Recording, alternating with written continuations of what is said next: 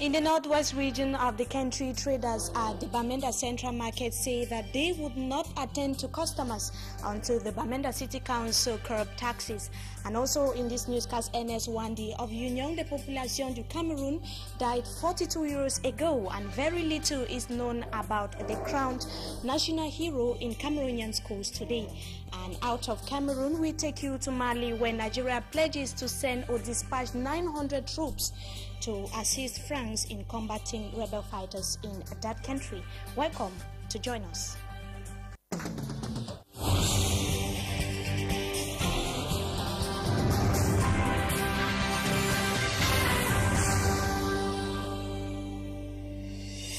Thank you so much, viewers, for joining us tonight. You are watching the Primetime Newscast on ETV. Security forces have shot to death 2 alleged bandits at the Bonamoussadi neighborhood here in the economic capital, Douala. The men of the underworld attempted to attack a snack bar at that neighborhood, and they were being caught by the said security forces. Annabella tells us that one of the bandits is still on the run. These alleged robbers were shot to death by elements of the Special Rapid Intervention Team of the police. The bandits were brought attacking visitors of a snack in Bonamoussadi when they were surprised by the men in uniform.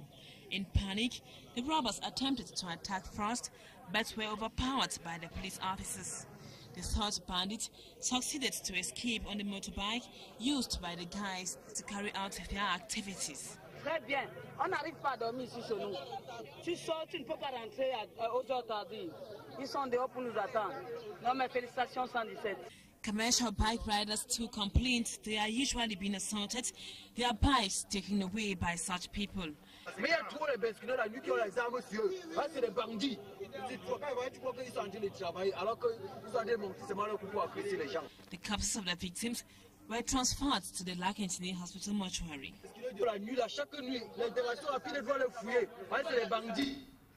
And we take you to the northwest region of the country, where the Bamenda Central Market has since yesterday remained closed following a strike action by traders who, amongst other major grievances, want the Bamenda City Council to reduce the rent they pay and also to extend their closing hours.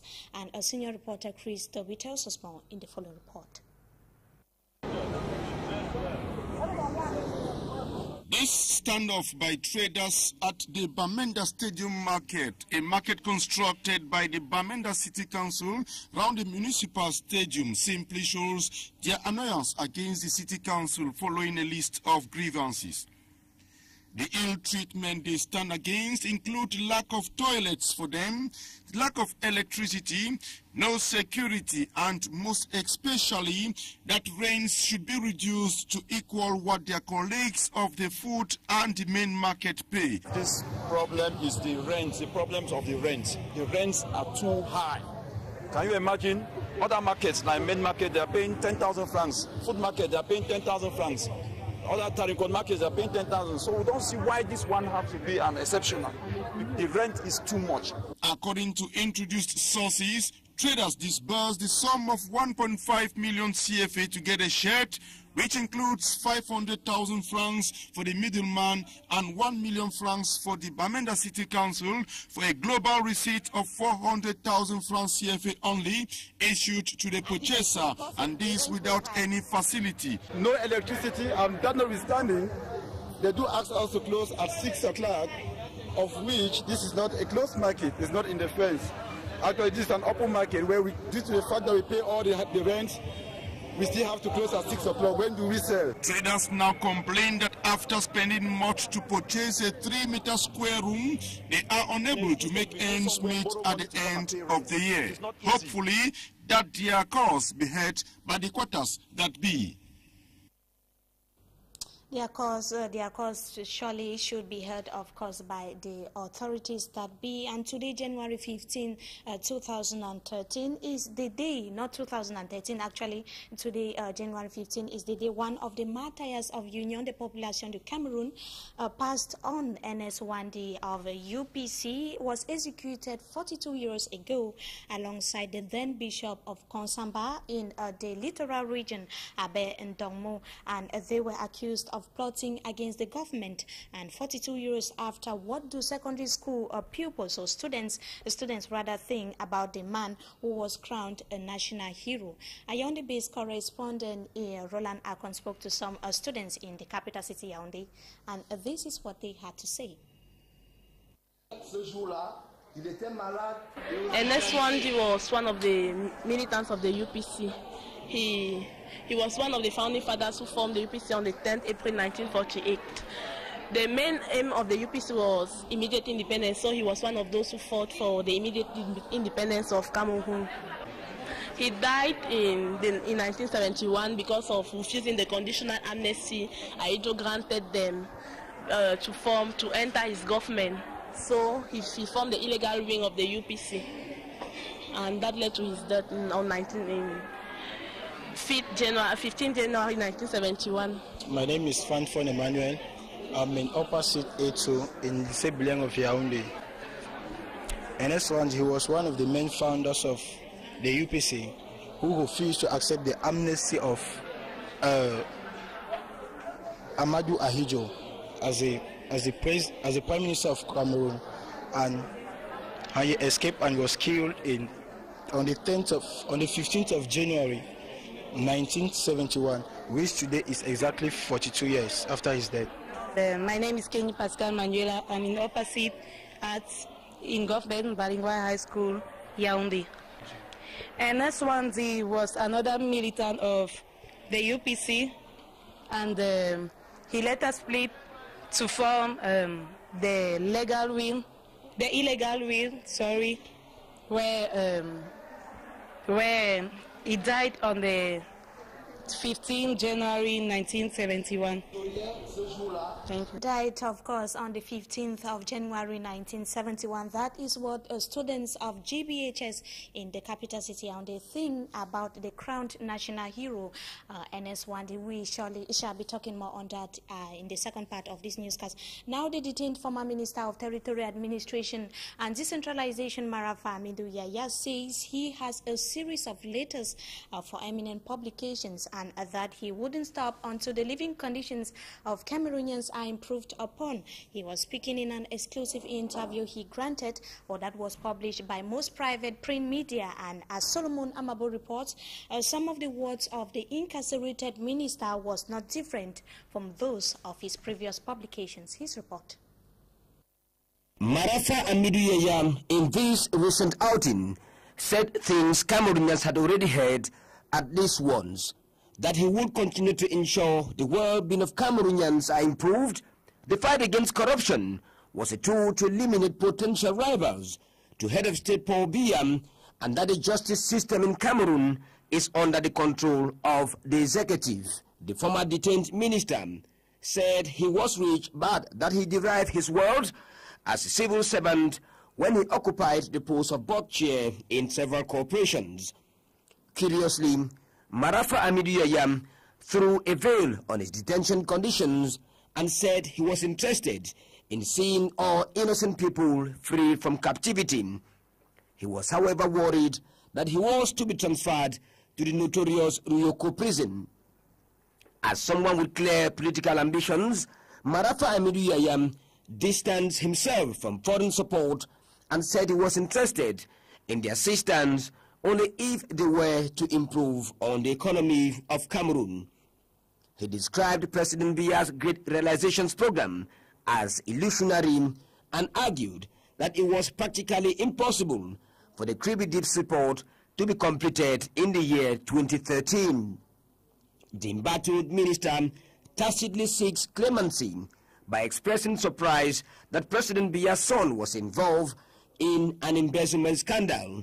By insisting that other letters are available for eminent publication, Minister Marafa Amidou Yaya's critics think his interview, called from a little-known media organ, was an indication that his lobby groups were seriously at work.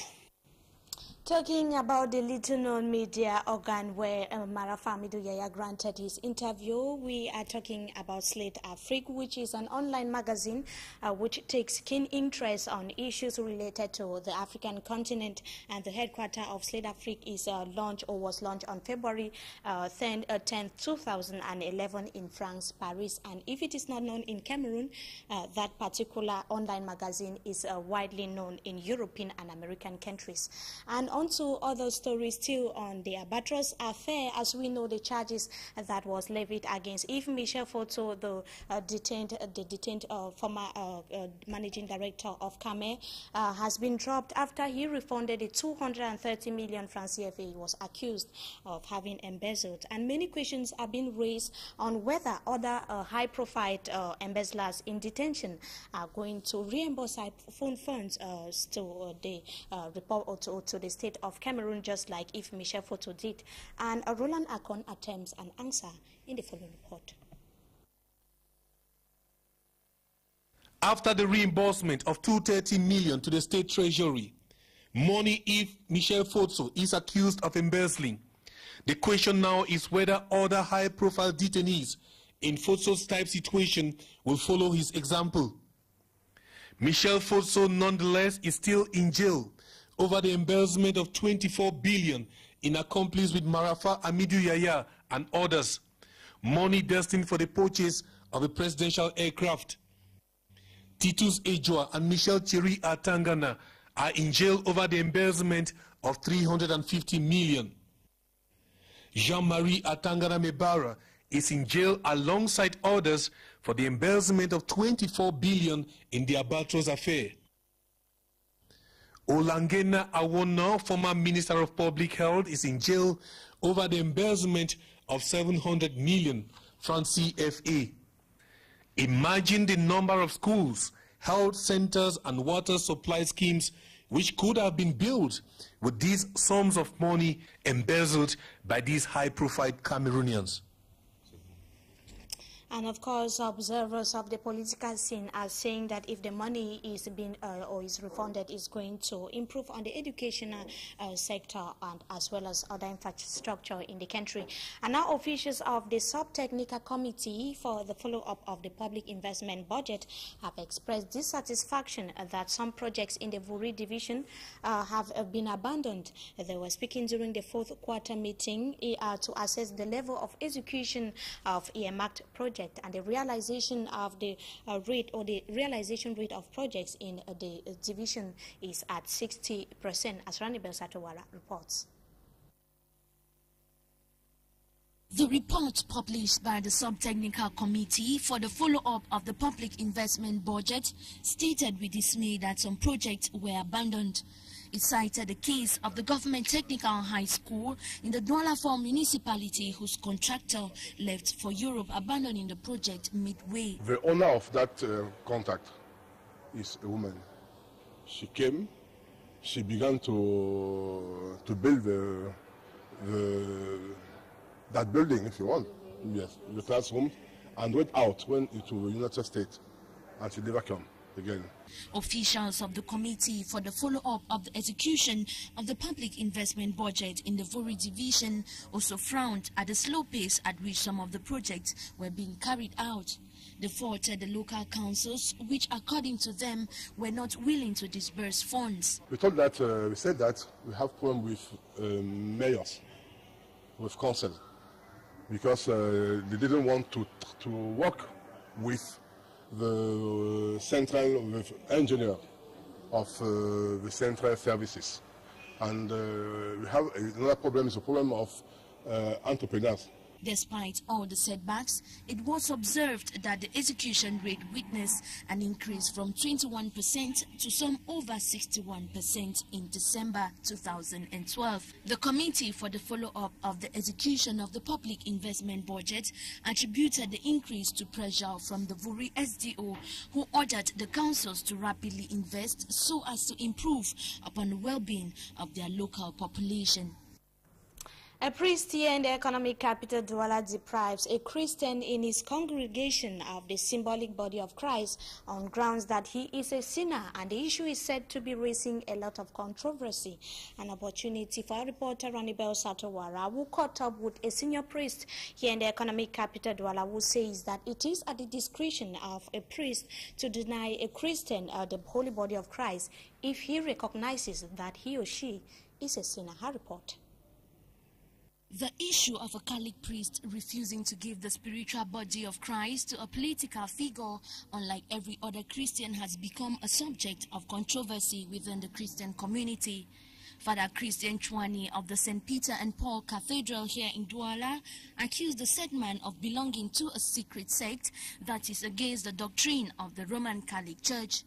Many have argued that the action was unfair, judging from the fact that the said Christian was an active member of that congregation, attending all services and paying all dues, and so deserved to equally share in the Holy Communion. But as a senior priest at the St. John's Parish in Deido explained, the doctrine of the Roman Catholic Church stipulates that if any Christian is known as a sinner, he or she cannot partake in the symbolic Last Supper. He said those whose sins cannot be known can partake, but would be left to God and their consciences to contend with. Meantime, the acting father has refused to make any statement concerning the matter. We now take you out of Cameroon to talk about the crisis which is taking place in Mali after France sent some troops to fight the rebel or Islamist in that country. Nigeria has also pledged to send 900 troops in the days ahead to help French intervention against Islamist rebels. And France, which began its intervention last Friday, now has almost 800 troops in Mali with the aim of stopping the rebels from capturing the central town of Bamako. France is planning to send for 2,500 troops. And just to note that Benin, Ghana, Niger, Senegal, and as well as other African countries have also pledged troops. A summit of West African leaders to take place on Saturday is also expected to discuss further on the ongoing crisis in Mali. Now a brief note on sports football before we go. The 2013 African Cup of Nations to take place in South Africa kicks off in few days.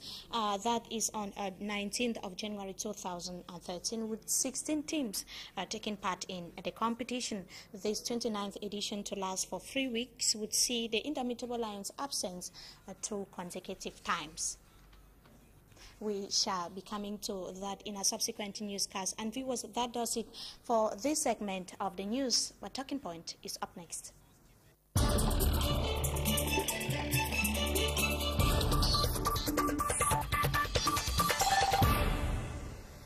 Thank you so much, viewers, for joining us tonight. Today we are going to be talking about one of the political martyrs of the Union de Population du Cameroon, who passed on 42 years ago. What has become of the national or the crowned national hero? Our guest tonight is a member of the UPC political party here in the economic capital Douala, Mr. Charles Bakema. Good evening, and thank you so much for joining us. Okay, good evening. Thanks, Equinox TV, for giving me the floor on the 2nd anniversary of the assassination of our president, Ernest Wanji. It's, of course, our pleasure as well. So how is Union de Population commemorating this day? Yes, many manifestations are organized all along the country, but I shall insist on the one we are going to organize on the 20th of this month in Madagascar, Zone Nilong, at 3 p.m. So if people are willing to come, this is an invitation. Okay, thank you so much, Mr. Charles. Just to find out from you, you say this event is being commemorated nationwide, and it is actually today that one of your martyrs passed on. He was actually executed. He was also crowned a national hero for the fight, or for the fact that he fought tirelessly for the liberation or the independence of Cameroon. So why should you wait only for this moment to celebrate one of your heroes? We have 4 heroes Umnyobe, Mumie, Abel Kinge, even 5, Osende Afana and Ernest Wanje. Every day there is an anniversary of their assassination, we commemorate their death. Only on the day? Only on the day, but usually we have meetings. The UPC, Bureau of the Steering Committee, meets every month, and the Steering Committee meets every 3 months, and we are organized inside the country in basic committees. So the activity is being led, but as we are forbidden from being transmitted by the media, people cannot know. But there is an intense activity of UPC inside the country. Is it not a problem that it is not known? Is it not a problem? Yes, because the government does not want our UPC to function. I told you last time I was here that the UPC recognized by the regime is the one created in 1991. But the very UPC created by Ernest Wanje, Umnyobe Mumie, was created in 1948, and it has been continuing its activity. But it was banned on May 1955. But from 1955 to 60, it was on the ban. But the ban was lifted by Ahidjo's government in 1960. So this UPC, while it was banned, was continuing. There were some of our leaders who were on exile, and there were some who were inside the country, like Ernest Wanje. Ernest Wanje, after having been expelled from Kumba, after, let us say, an agreement between the two political colonial powers, French and Great Britain, was expelled from Kumba and went to Accra, where he was performing his activities with Félix Roland Mumie, Abel Kinge. So until Mumie's death in 1960, and as we can tell in, let us say, in his activities, Ernest Wanje swore on the coffin of Mumie to continue the struggle until Cameroon will be completely free. Because the independence given in 1960 was a fake independence. It's not a real independence as Cameroon should have desired to. When the UPC was starting its struggle, wanted Cameroon to be really independent, reunify both parts, which were divided in 1919 with the agreement between French and Great Britain, and also the, let us say, the standard of living had to be improved. 42 years after is the fight for the liberation of Cameroon that the UPC stands for. Does it still hold? Yes, it is still holding, because you know that Cameroonians are not living well. There is poverty all along the country, because this regime has operated bad choices in order to lead this country. If you find that Cameroonians can eat when they are hungry, they can go send their children to school, have good treatment when they are ill, you will tell me that this struggle has to be stopped. But we are still struggling for the Cameroonian to enjoy life like every human being has to enjoy. Cameroon is a very rich country, but the resources are badly, let us say, managed and, let us say, given, managed, as you said. Okay.